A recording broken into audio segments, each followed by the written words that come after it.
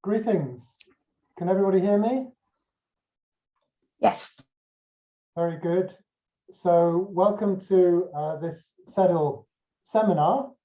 CEDL, for the uninitiated, standing for the Centre of Excellence for Development Impact and Learning, as funded through FCDO by the UK taxpayers, a couple of whom are represented on these screens at least. So what we want to do in the next 75 minutes is share an ongoing conversation between the four panelists, myself, James Copestake, Gary Gertz from Notre Dame, Nancy Cartwright, who I think is currently in California, and Steve Powell in the west of England. And hopefully by doing that, we will bring other people into that conversation, both through a good period of chat and through inviting you to get in contact with us. And let's move on to the slides. Steve, I think you're going to yes, share the slides with people. I'm hoping to. Right. And we can jump to the Actually need to second go slide. to the home. Ah, it's not taking me to the home. Yeah, I know, but it won't. I'll stop sharing that and go back to the start. Controls tend to be on the bottom left. Right. Share again. Not that one. Do beg your pardon, everyone. Well, I'll do it this way, and I'll now share from there. Okay, can we make it any bigger? Yeah, it's, oh, there you go, finally. Beg your pardon. Okay. Okay, right. So that's the four of us who are going to speak. We've all given ourselves 10 minutes, and then we hope to open up and be able to respond to question and answers, which are you can post in the Q&A. And the last thing to say by way of introduction is do please fill out the evaluation at the end of this presentation, which you'll be pointed towards when we finish. Okay, next slide. So we had an initial brainstorming meeting about what we wanted to say. And I think the glue, the thing that links us together, is an interest in causal mapping, something which we kind of all do in an informal way. We draw arrows between boxes, but I think there's a bit of a head of steam about doing that better. And what we're going to do is share a couple of examples of drawing causal maps. I'm going to talk about cognitive causal mapping. Then Gary's going to talk about a celebrated story from Sherlock Holmes as an example of single case causal inference. And that's about using causal maps to summarize and analyze empirical data and evidence. And then we're going to move on to thinking about how those causal maps provide a missing link into analysis and theorization and generalization in identifying mechanisms and middle range theory. And that's where Nancy will kick into the conversation as well. So next slide. That summarizes the batting order. As I say, myself first, and then Steve is going to follow by talking about one particular approach to being a bit more systematic about the way we draw causal maps to inform our research processes. And then we'll have Gary, and we'll finish with Nancy before lots of time, hopefully, for questions. Okay, so this is now my slot. So I've now got 10 minutes starting from here, and I have 3 slides, and I have 3 relatively simple points to make. The first is that I think a lot of progress has been made in the field of impact evaluation of development programs in wider use of theories of change. And most people identify and recognize that a theory of change doesn't have to have a diagram, but a theory of change usually incorporates a diagram. And an early CEDL working paper by Rick Davis talked about how we could draw better theories of change and identified common traps. And a more recent working paper and briefing, which Nancy was a co-author of, takes it a bit further and begins to think systematically about the kinds of boxes that we might put onto a causal map, distinguishing between interventions, factors that are causal enablers of intermediate causal steps towards an outcome in a star. And also the paper talks about identifying potential derailers, negative factors that may adversely affect a causal process, and thinking about ways of blocking those derailing processes. So we're getting a bit more sophisticated in the way we draw these kinds of causal maps. And there's plenty that has been produced by Seddle on that theme. So that's so far so good. That's sort of revision of stuff that has been covered by Seddle so far. My second proposition is that it's not good enough just to draw out theories of change. And this is the next slide. My question is, where does the theory of change come from? And the answer, of course, in many development programs, it comes from some kind of expert process of people, whether it's from the top of their head or through some kind of participatory design process, saying this is what we think are the major causal steps in a strategy for achieving some kind of intended outcome. And my second proposition is that that's only half the job, and that if we really want to be evidence-based, we should be deriving our theories of change more systematically from evidence in the form of the causal models that other stakeholders have of the processes that we're involved with. And so I think we're way behind in systematically collecting and modeling the causal maps and the causal models in the heads of other people. And this is just one example. I fear for some of you it may be a bit small to read, but this is Fatima's story. Fatima is a refugee living in the Nakivale refugee settlement in southern Uganda. She got a loan and received financial literacy training from the NGO Opportunity International, and was interviewed by a journalist about her experience of coming to the camp and trying to build a business in a refugee setting. So we can put that in words, as I've done here, starting with, I have a little business. And these stories are familiar to us. Indeed, I'm not sure it was Fatima, but a story from this very camp featured in the Radio 4 appeal this Sunday. And we all, as social scientists, are irritated by appeals to action based on one cherry-picked case study. At the same time, it's useful if we are looking at individual cases to be systematic about depicting the story that someone's telling us. So what this diagram does is turn the text that we see below from Fatima into a causal map, which makes links from, and again, if you can't read it, I can summarize it very quickly.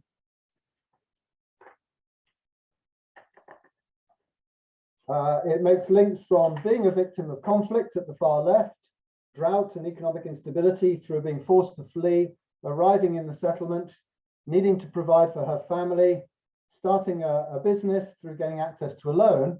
And the three nodes on the right have little rainbows because her story doesn't just exist in the real world.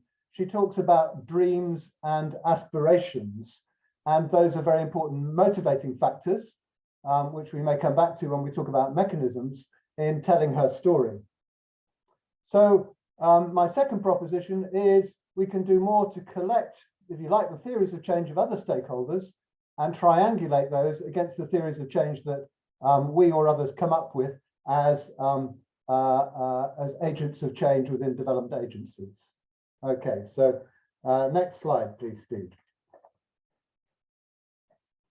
So far, so good. But of course, that's just one cherry-picked case.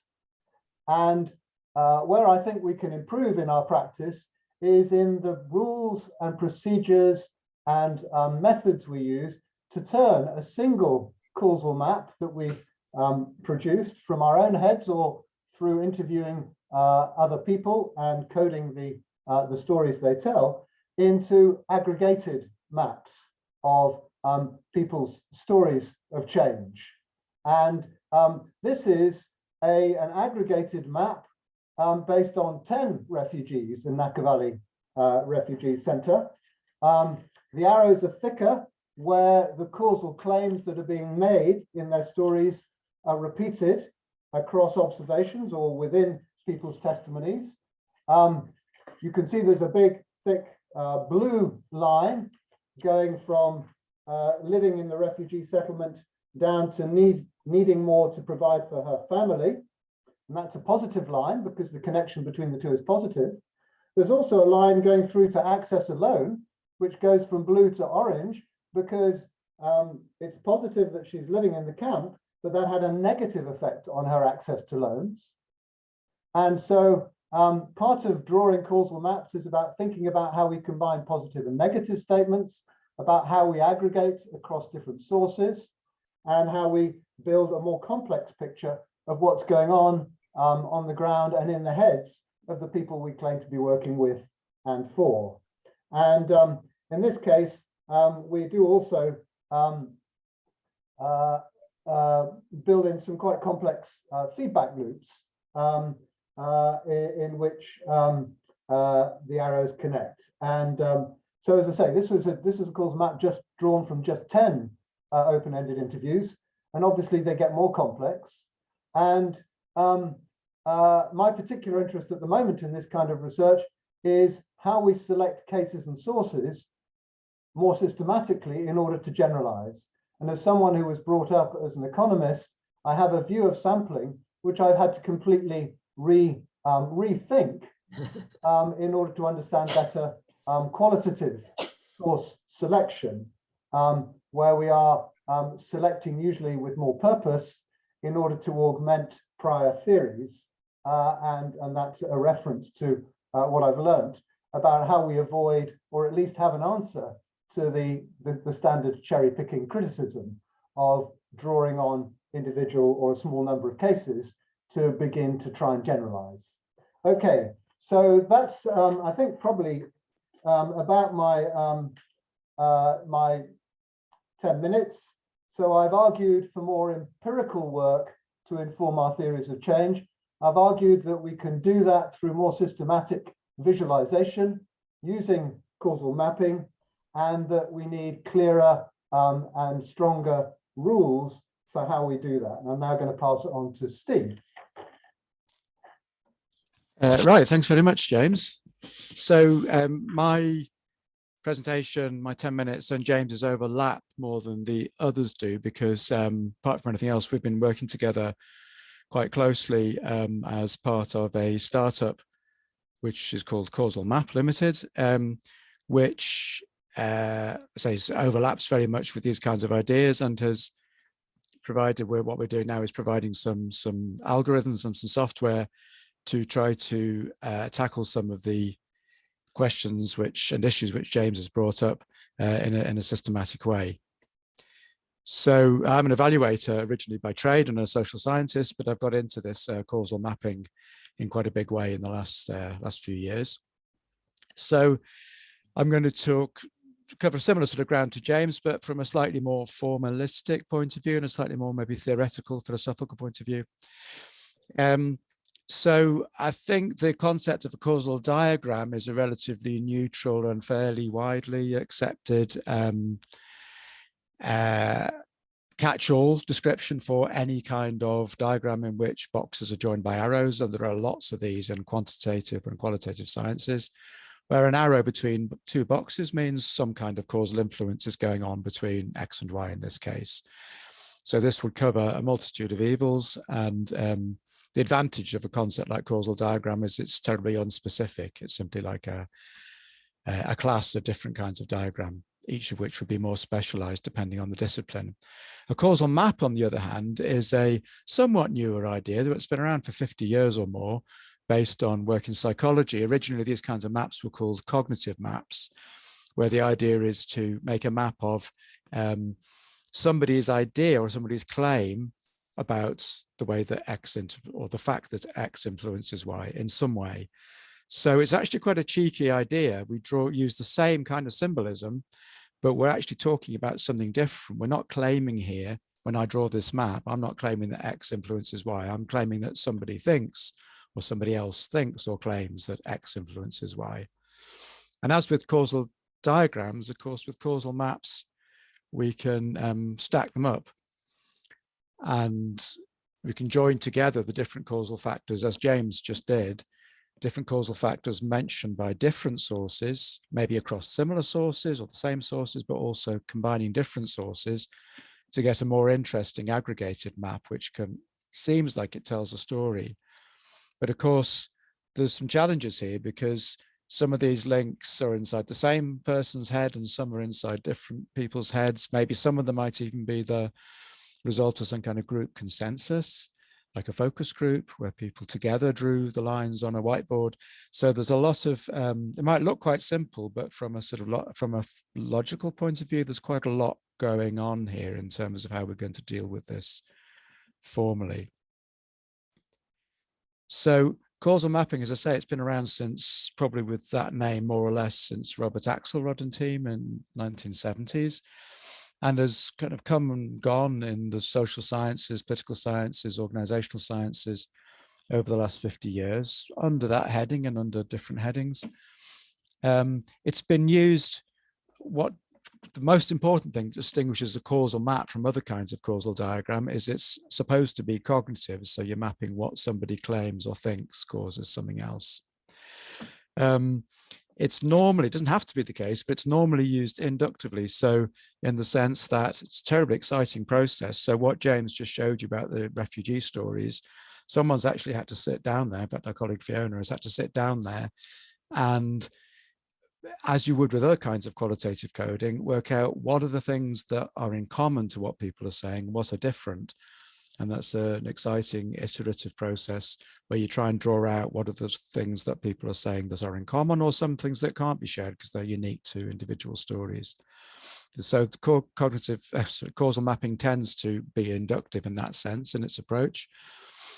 Some related disciplines like fuzzy cognitive maps are, I think, a bit very hung up on cycles and are very interested when you get cycles in and feedback loops inside the data, and they are indeed very interesting, but there's more to life than just cycles. And when people tell you stories, they generally speaking, in our cultures at least, tend to tell you something that's a bit left to right. So there might be a few sidetracks and loops, but generally speaking, even a bunch of refugees together are probably going to tell you stories that are generally speaking left to right. But probably the most exciting thing about causal mapping, at least the way we do it, is that it's a way of dealing with heaps of causal claims. You might have thousands of them. You might have 10 or 20 or 100 interviews, each of which might be a few pages. And people will be making a lot of causal claims. So you've got loads of stuff to sift through and to make sense of. So that's something that I think is quite special to causal mapping, is that we tend to deal with heaps of claims, usually involving many different causal factors from many different sources. The sources might be mixed. You might get an expert. You might get an expert about refugee studies. You might also get an actual refugee who's a very different kind of expert. And you might get a document. You might get a book or a website or something mixed in there as well. These sources might be, even the claims are of variable quality. And as opposed to, for example, a classic example would be process tracing, although we might be interested in the end, getting to justify or to look at some high stakes claims. On the face of it, people might tell us all kinds of different things, and not only directly information about did intervention X help outcome Y or anything like that. And if you've ever tried to do this, to put together on one whiteboard what many different people told you about what causes what, or what somehow led to or causally influenced what, you might have started off thinking, oh, I've got a great theory about necessary and sufficient conditions. But generally speaking, you'll probably find by the time you've finished that you'll have gone for the lowest common denominator. So simply an arrow is going to mean that something somehow in somebody's story causally influences something else in some kind of way.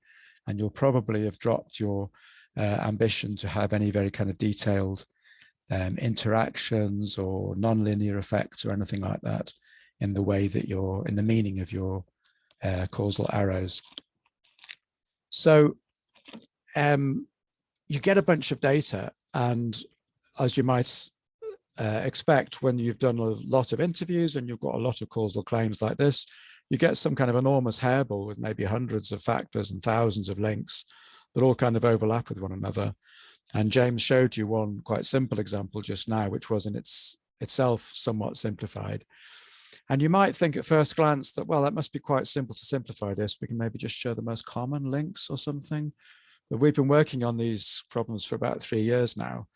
And there are a lot of different, partly formal logical problems, partly sociological, philosophical problems about how actually you would get from an enormous amount of causal claims into something that's useful from which you can draw inferences, and something which is useful for policymakers, or to reflect back to the respondents themselves, or to design or redesign interventions. You might want to compare one set of stories with another. You might want to say, show me only the pathways that lead from my intervention somehow to some desired outcome. You might want to combine negative factors like decreased income with positive factors like increased income, for example. And it turns out this is all extremely exciting and not trivial to solve the problems, to automatically, because the diagram that James showed you was automatically generated by applying a select set of filters, to in a systematic way provide meaningful and helpful and not and valid summaries of the data. And of course, you might want to ask things like, how much evidence is there that X influenced Y down some set of pathways, which is getting very close to probably what you also really want to know, which is not only what do people think, but what really causally influences what, and to what extent can we ever go from something like a causal map, which is supposed to be about causal claims, to actually knowing what did influence what in this space of this intervention, or just out there in the world. So all I've done is kind of set out a terms of a table of contents really about the kinds of things you might like to do, but we have been working on these things quite hard. The first thing there is a link to an open source package of algorithms, which we use to aggregate and simplify and filter heaps of causal claims. The second link there is a work in progress set of documentation about how you can use and apply these functions. And the third link is actually our business model, so to speak, is an app called Causal Map, which is free to try and to do small models in, but unfortunately it's you have to pay a monthly subscription to use it in earnest. And it helps you to do exactly this kind of coding on the one hand and this kind of analysis on the other hand. If you want to save some money, you can do the same thing by downloading the functions and doing the rest of it yourself. So so all I've done really is build on what James said, to kind of underline what he said, to say that there is such a thing as causal mapping, which has had a tradition of something like been around for like 50 years.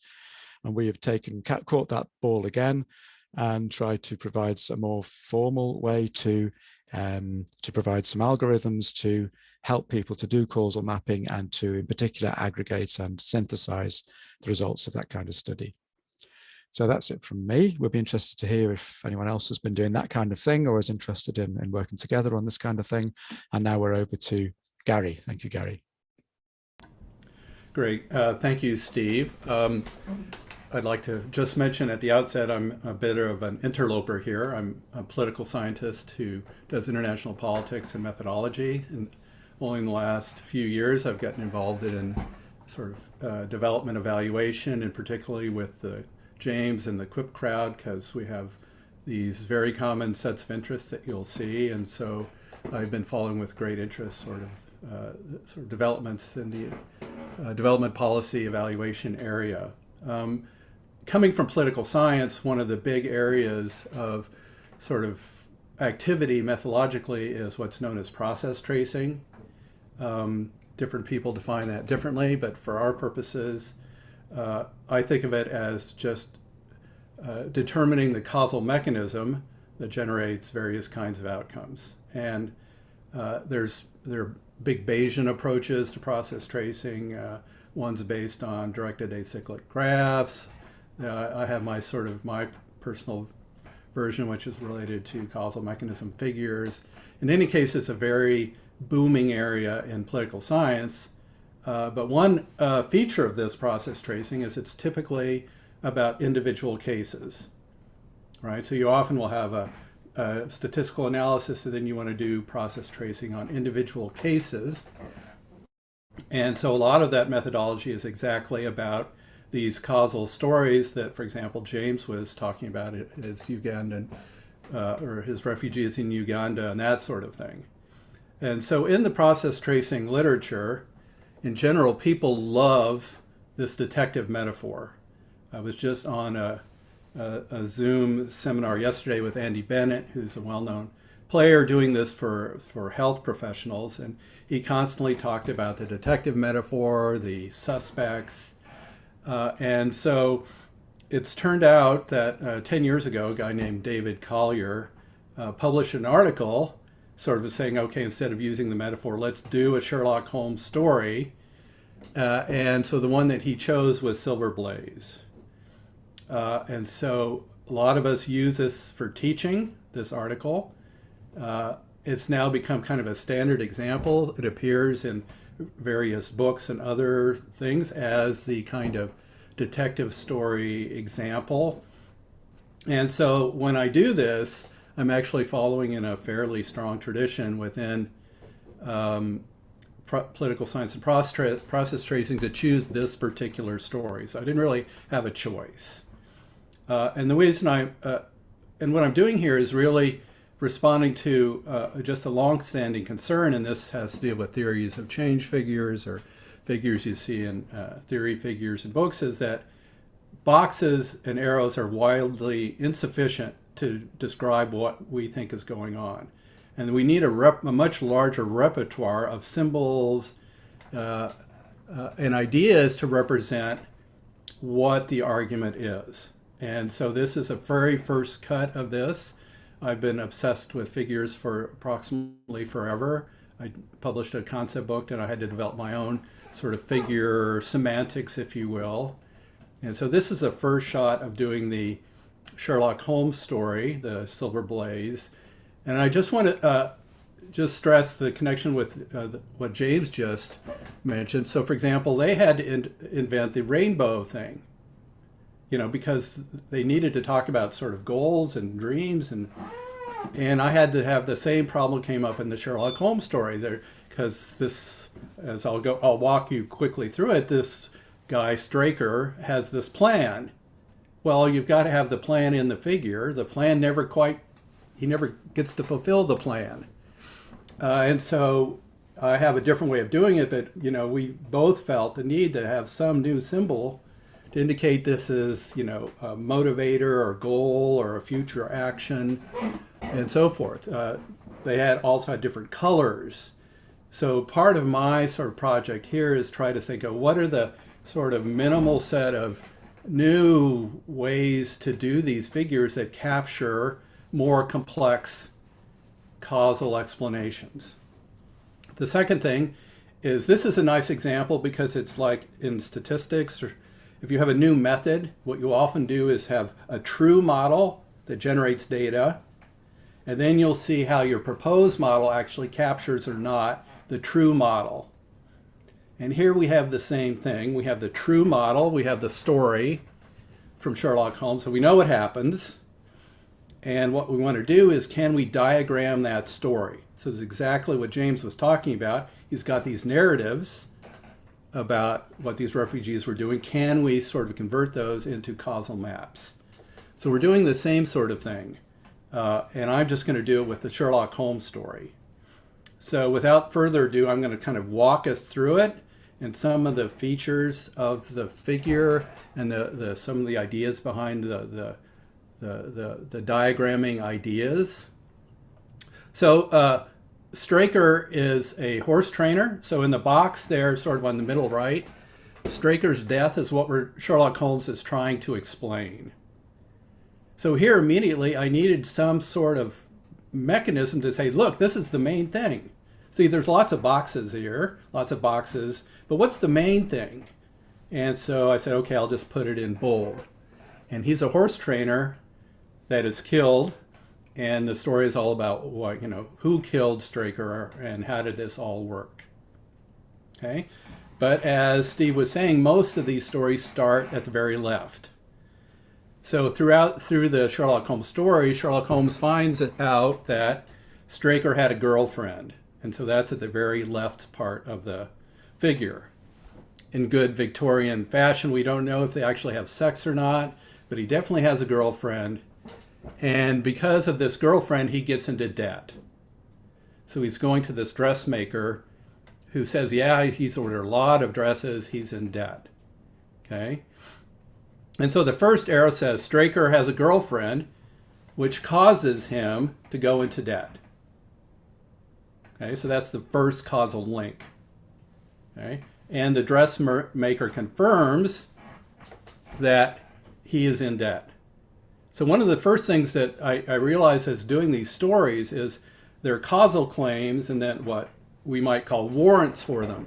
So how do we know that's true? That the fact that he had a girlfriend caused him to go into debt? Well, we have evidence from the dressmaker. So I said, well, for facts and evidence, I need a different kind of box. So I chose this sort of dotted box. So that's evidence for the claim that he's in debt. And a large part of these detective stories is a combination of facts and evidence that are used to support causal claims or not. So we need some way to separate the causal claims from the evidence for those causal claims. Okay, so Straker then has this strategy. He's a horse trainer, and he's got this plan to make money. Okay, so Steve, if we can go all the way to the right-hand side, he's got this plan that he's going to lame the horse. He's going to bet on the horse. So that's the bet right after that dotted. The other horse wins, and Straker makes a lot of money. Okay. And I've put this horizontal dashed line to indicate that this is the goal in the future. This never happens. He dies before he can actually execute the plan. It's kind of like James's rainbows. But you couldn't diagram the story unless you knew his intentionality, what his goals were. So we have to. I needed some way to indicate. Well, the real story ends at the vertical dotted line, but you need to put the other stuff in there because otherwise the whole thing just doesn't make any sense. His death is doesn't make sense. So that was another feature of this that I think when you start doing it, you're going to need some way to indicate intentionality, goals, and things which may or may not happen, things which you might want to do in the future, and so forth. Okay, so back to the left. So he's in debt, and his plan is to go grab the horse from the stable, and to do that, he's got to drug the stable boy, which is a key part of the story. And he's going to take the horse out. He's going to lame it with these surgical knives. And so it's going to look okay, but it won't be able to win the race. Okay? So one of the other things that comes up when I'm starting to think about this is, you remember these arrows? I use an arrow to mean it's a causal relationship, but his plan isn't a causal relationship, it's a plan. So the debt leads him to a plan, and the drugging the stable boy leads to him taking the horse out, but it's not a causal relationship. So I needed, again, another way to indicate, okay, this is sort of temporally proximate, it's part of the plan, but it's not a causal arrow. So I use these sort of non-causal arrow, these dotted things to say, okay, it's related things, but it's not a causal relationship. And I use that dotted arrow to indicate these parts of the plan that are important, but which are not causal arrow.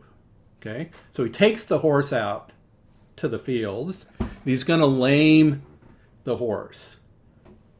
Well, it turns out that whole thing screws up. Okay, and what happens is that as he is trying to lame the horse, Civil Braze kicks him in the head and kills him. Okay. And that's how he dies. So one of the things I realized, and this goes back to discussions in sort of the political science literature, is that the blows by Silver Blaze are sufficient to cause his death. And so I need a way to indicate, yeah, that's a sufficiency relationship. Right? Just like the fact that Straker is in debt is sufficient for him to come up with a plan. Right? It's not necessary, but it's definitely sufficient. So I need to have an S over that arrow to indicate that this is a sufficient causal relationship. Okay. Now, of course, in all detective stories, there are alternative suspects. And so Simpson, and just above in the sort of top part, is kind of one of the main suspects in the story. He's sort of he's in the area in the fields where Silver Blaze, where Straker dies. So he's a suspect because he was sort of in the area. And in political science, we call those hoop tests, right? So if you're going to be the killer of Simpson, particularly if it's blows to the head, you've got to be in the geographical area, right? And that's why that N is there, because it's a necessary condition. To be a killer, you have to be in the geographical area, but it's not sufficient for that. And so these things in the political science lingo are called hoop tests. You got all the suspects have to pass all the hoop tests. Okay. Well, it turns out that Simpson didn't kill Straker because, as I just mentioned, the horse did. Okay, so what evidence do we have that Simpson wasn't actually the killer? So this story by Sherlock Holmes is famous for the metaphor of the non-barking dog. That's where we get this. And so this, when the stable boy is being drugged, the dog does not bark. And so Sherlock Holmes concludes that the person who abducted the horse must be someone from the household. Simpson's not from the household. So the non-barking dog is sufficient to eliminate him as a suspect. Hence I have the S. And then I said, well, how do we indicate that Simpson didn't kill Straker? Well, I put a bar through the arrow saying that's a causal claim that is denied. And one of the things that I think is often missing from causal figures is claims that something isn't the explanation. And so this is my trick for doing this is not a cause. So those are some basic ideas that sort of I have drawn from this particular case. It's up to you to sort of decide whether you think this is a good representation of the story. I've been using this in classes and as a class project. The last few years we've tried to draw diagrams. Each year it looks different. James and Steve have been guinea pigs. I said, hey guys, draw a figure of this story. Jim Mahoney, a close colleague, has done the same, and you'll be amazed how varied and different the same true story produces in terms of different causal kind of mechanisms. So anyway, this is again very much a first shot. If people have suggestions or comments, I'm really open to revising them in various ways. But I think I've probably run out of time, so let me turn it over to Nancy. Okay, thanks, Gary. I think we're just about on time. I think we're due to end at 5:45, so we've still got 35 minutes. And just to emphasize, what we've done here deliberately is contrast two different approaches to using diagrams, causal diagrams.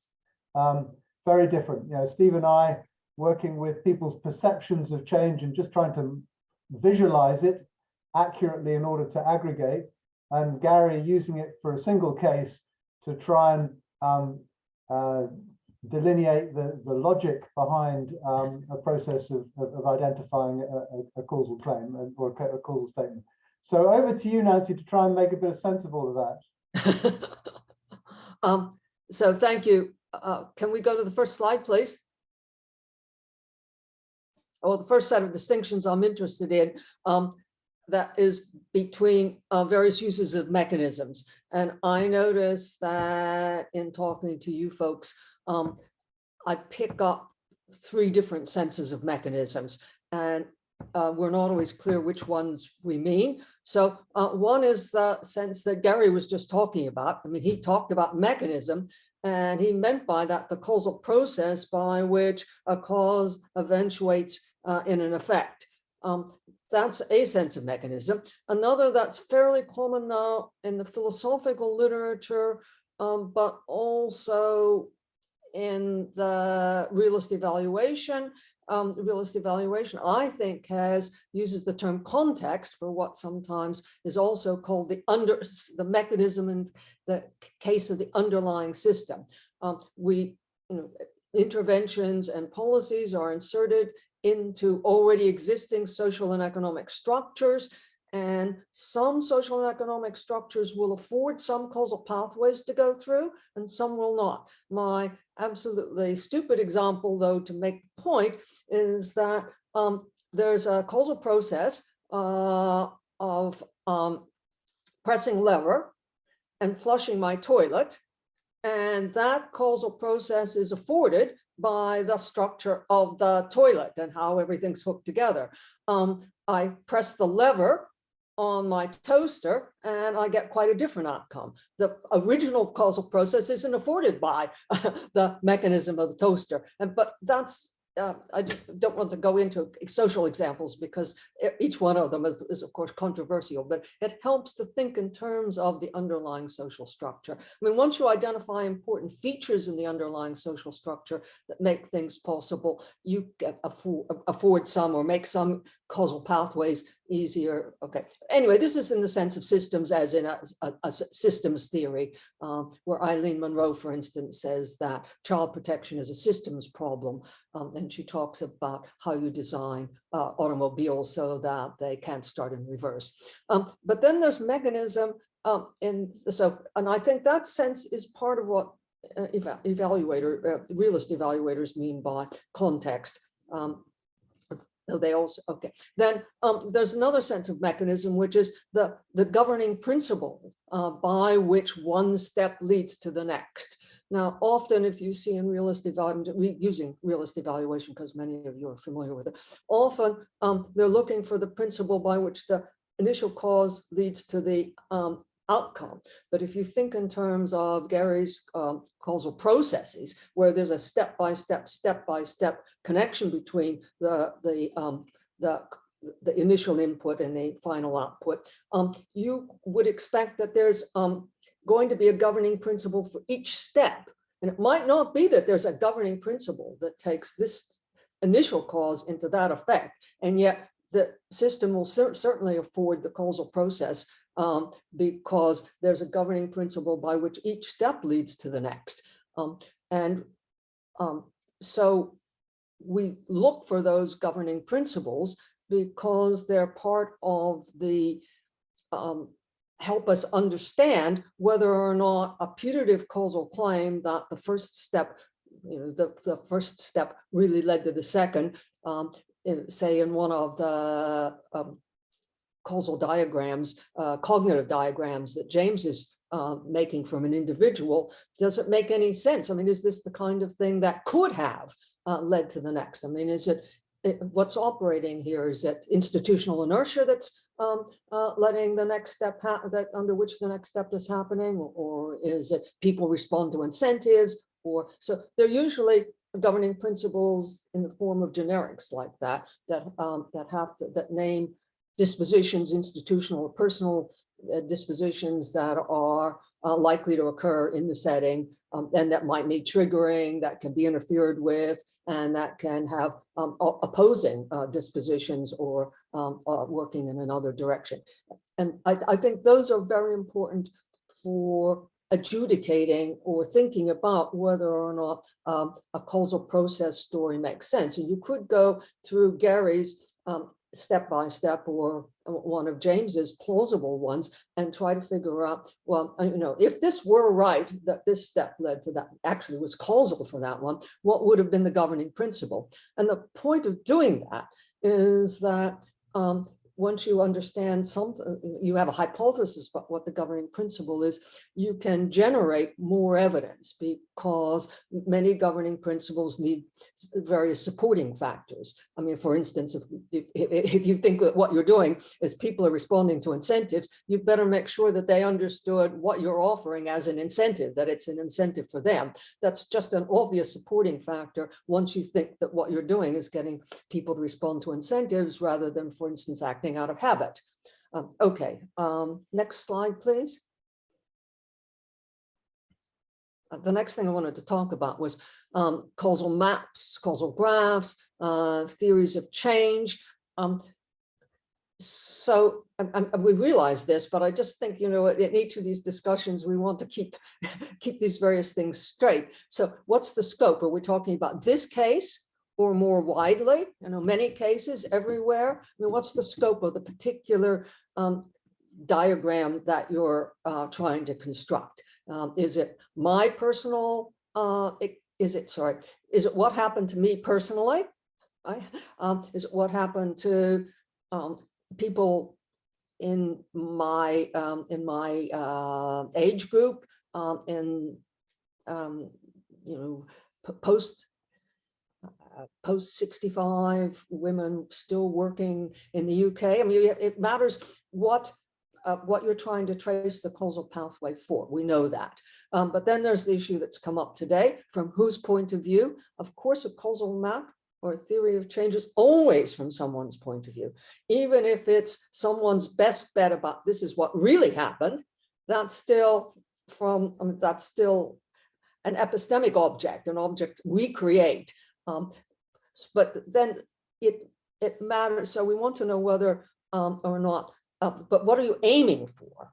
And James and Steve are aiming for causal diagrams that diagram the point of view of various agents.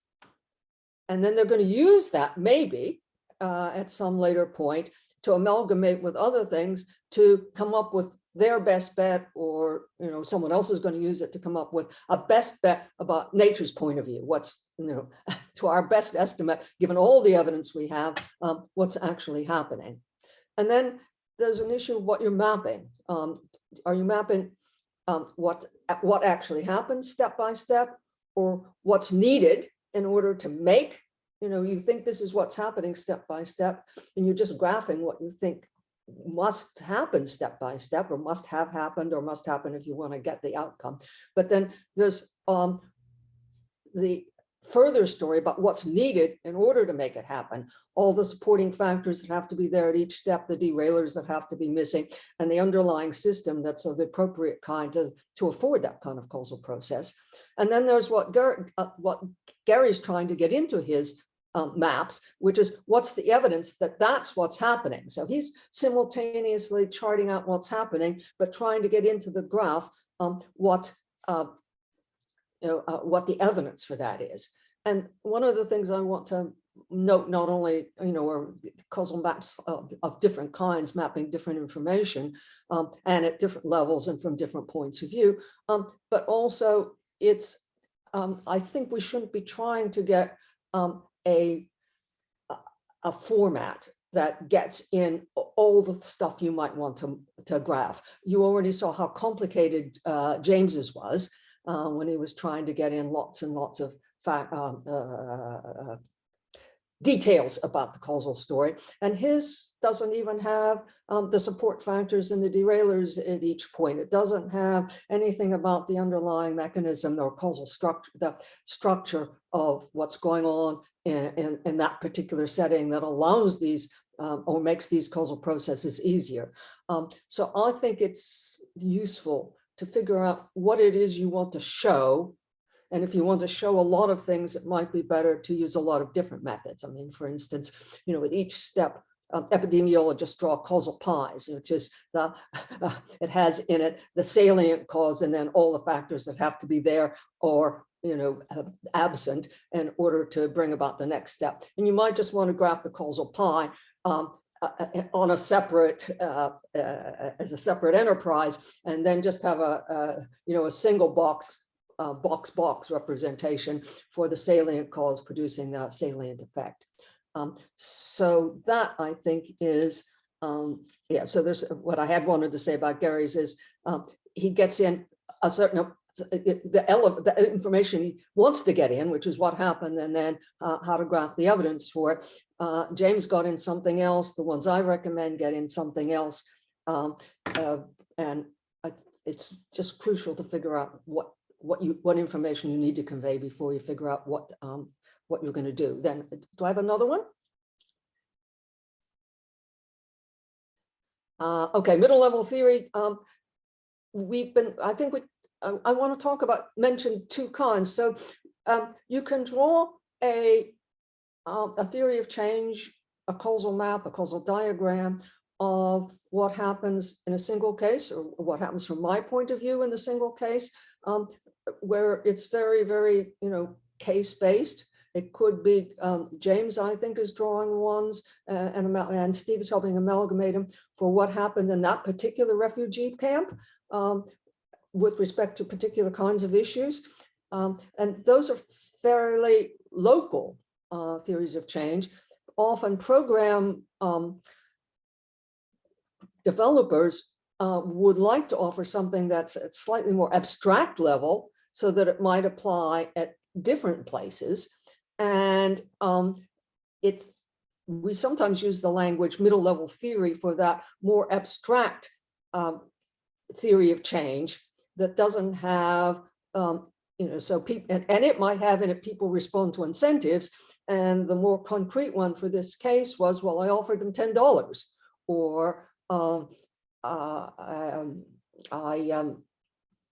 another incentive is to do your duty. But then, you have to be able to see that in this case, doing your duty is an incentive, whereas it might not be in other cases. So we've got, of course, it's an exaggeration to say two levels, but I think it's important to think that you can do something very concretely, and that helps when you're, particularly from interviewing people, will probably use very concrete language about exactly what happened here, and then think, and then try to think, is there something more, which is what you're trying to do, I think, when you're trying to get a more general theory, as James suggested from that. Can we look here and see that there's any commonality among really, or each of these people actually suggesting that what they did was respond to incentives, which allows you then to draw a more abstract theory of change that has in it that the first step leads to the second under the principle that the people respond to incentives. Okay, so I think I've already mentioned about guiding principles and describing mechanisms as these, principles as mechanisms. And then the only thing I wanted to add, I don't have on the slide, is that I often hear criticisms that by economists and medical people and people who believe in randomized controlled trials as the gold standard, that the kind of thing that Gary's doing isn't sufficiently rigorous. Now, I think that that's a totally misplaced criticism, because what I think is that rigor, the rigor with which a conclusion is established, has to do with the strength of the reasons adduced to support the conclusion. And the kinds of conclusions that we all know, there's the kind, for instance, let's use your RCT as just an example of something that's touted for being highly rigorous. The kind of conclusions that you can actually support, you can give good reasons to support, coming out of a really well done RCT is an unbiased estimate of that you can get an unbiased estimate of an average treatment effect in the population studied. And there are very strong reasons that you can adduce to support that the conclusion that here is an unbiased estimate of the average treatment effect in this population. But that's not doing anything like what Gary wants to do, which is to find out what happens in a single case. And what Gary's able to do by charting out all the different evidence for the different steps is allow us to see what the strength of the evidence is in support of the conclusion that we really care about, which is what happened in this case, or even to make a prediction about what's going to happen in this case. So it's not that I think that Gary can be more rigorous than other methods. It's that it comes up to high standards of rigor with respect to conclusions that other methods simply don't touch on at all, and are often sometimes used to inform. So, often the results of an average treatment effect. But just been reading this, stories in evidence-based medicine, where really the best thing you can do for your patient is assume their probability is the one given by the average treatment effect in some study population that was as much like them as you can figure out. And now, what's the reason in support of that jump from it was worked in this, here was the average treatment effect, an estimate of an average treatment effect, unbiased in this study population, to this is a good indication of my probability, that the reasons that support that step in the argument are usually very weak. So I just wanted to give a sort of boost to the political science methods that are being used. We don't know that they can be used in very sophisticated ways, and we mustn't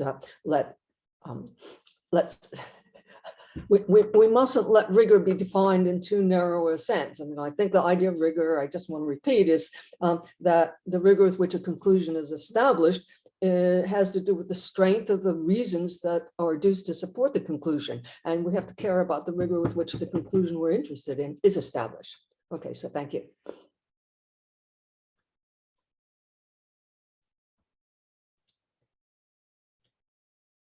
Right, thank you, Nancy. We've got to nearly to past, so we've had an hour nearly, which leaves us with 15 minutes.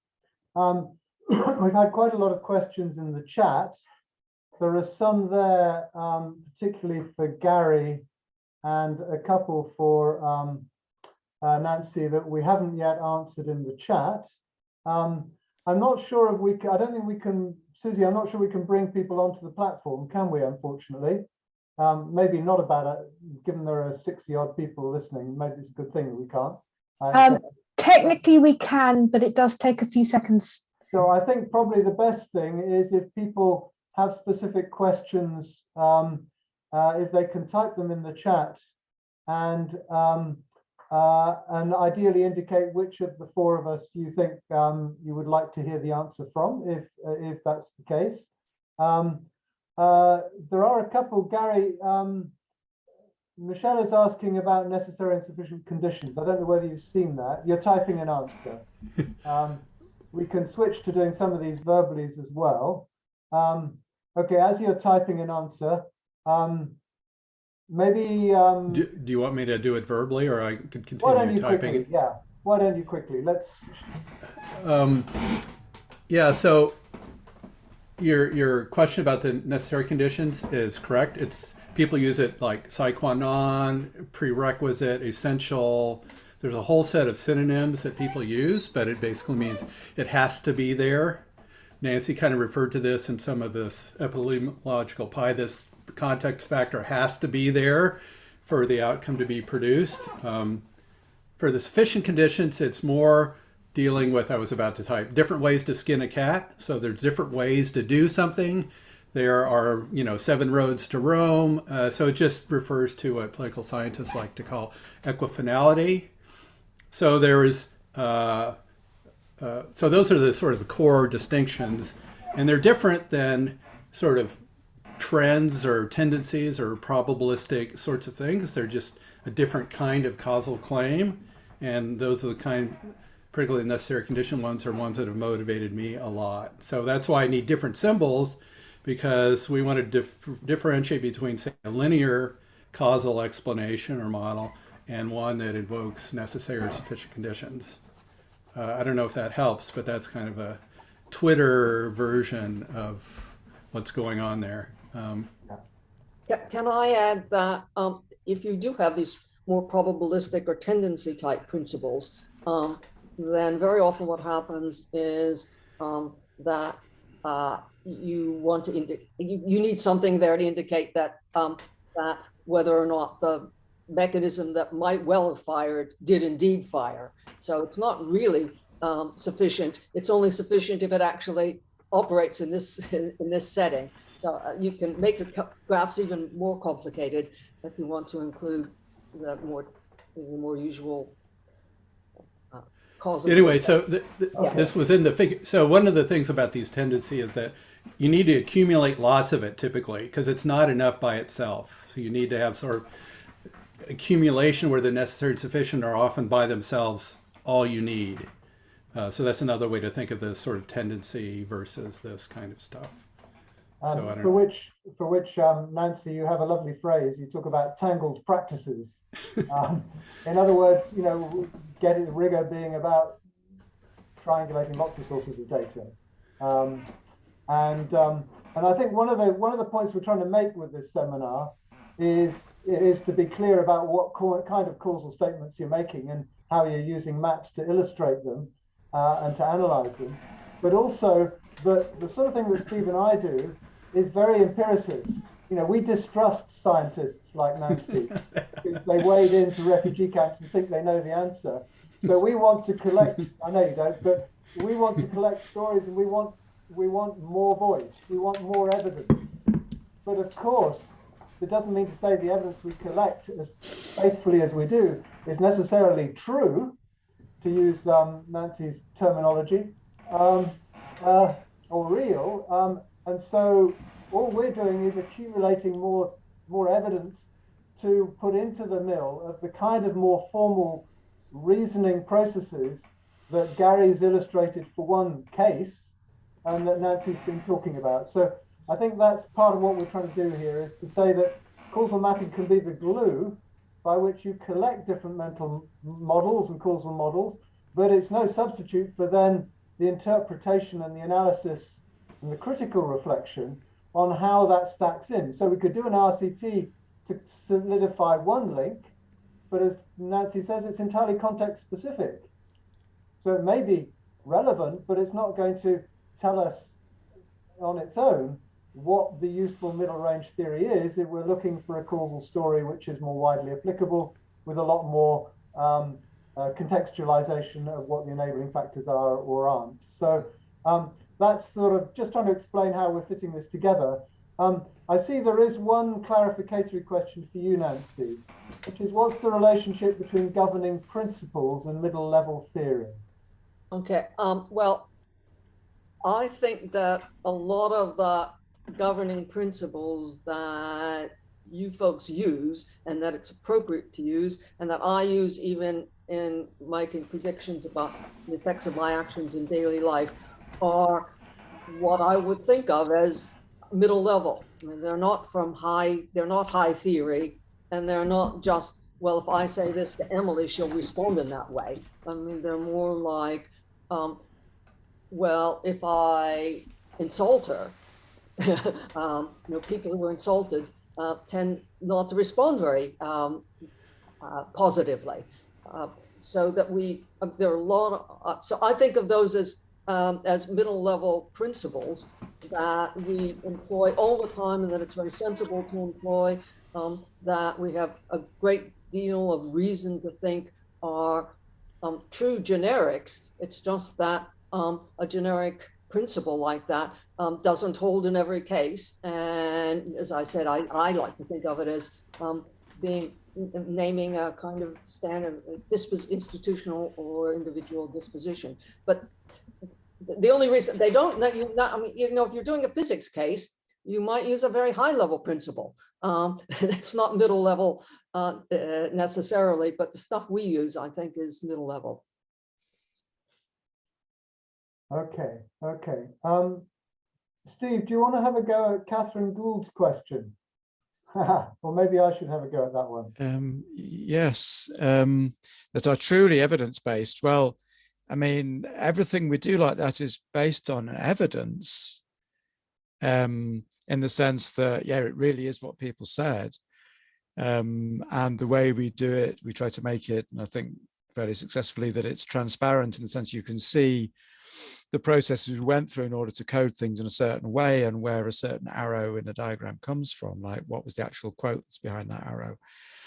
And I'd add to that that I think it's what's surprising to, if you come from the 20th century, it's surprising that people actually talk straight off in causal terms. People don't say ever anything like, well, I've seen that happen sort of correlationally quite a lot. Those things happen together, and now I'm starting to conclude that maybe A causes B or something like that. Really, really rarely that happens. People start off straight away and say, oh, I think that's probably a cause or one of the causes or a reason for that to happen. So from that point of view, yeah, evidence-based and based on causal claims. But if what you're getting at is, can we therefore say that this is actually going to persuade the Prime Minister that this method works or something, then I think we're probably up there with everybody else in terms of sort of how convincing, how much of a warrant we have to conclude the one from the other.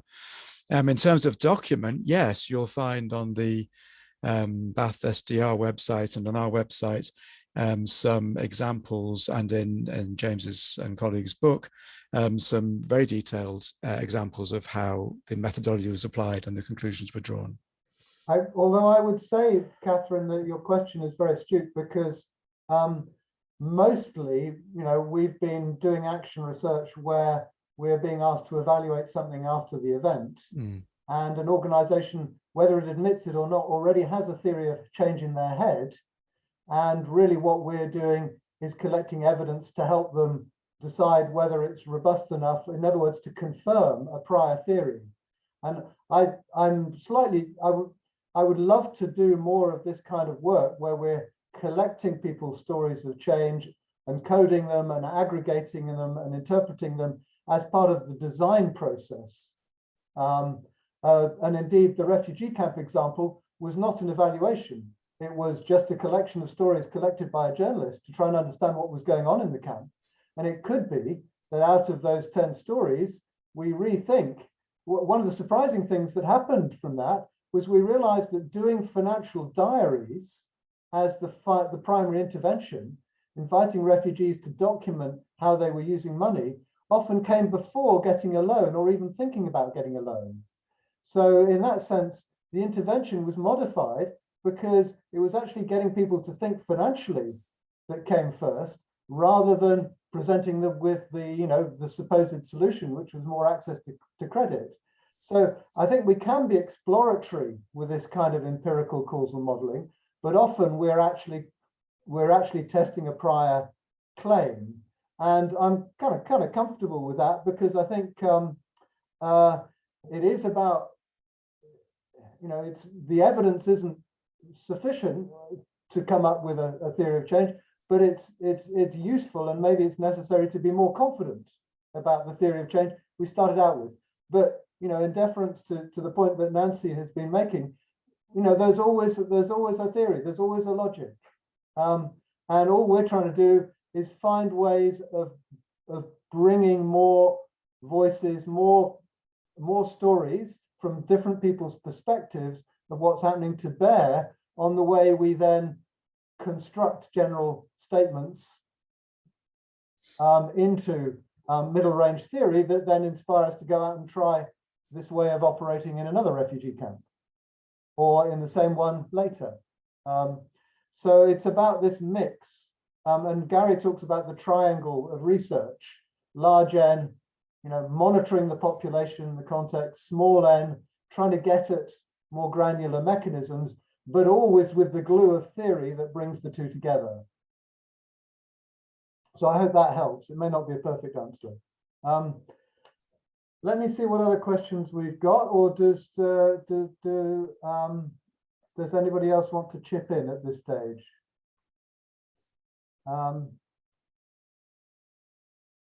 I might chip into Robert's question about the Sherlock Holmes, what goes in the boxes. Mm-hmm.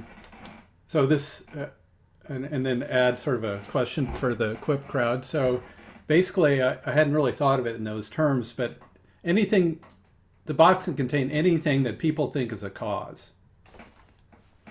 And the evidence could be anything that people think is evidence or warrant for a cause.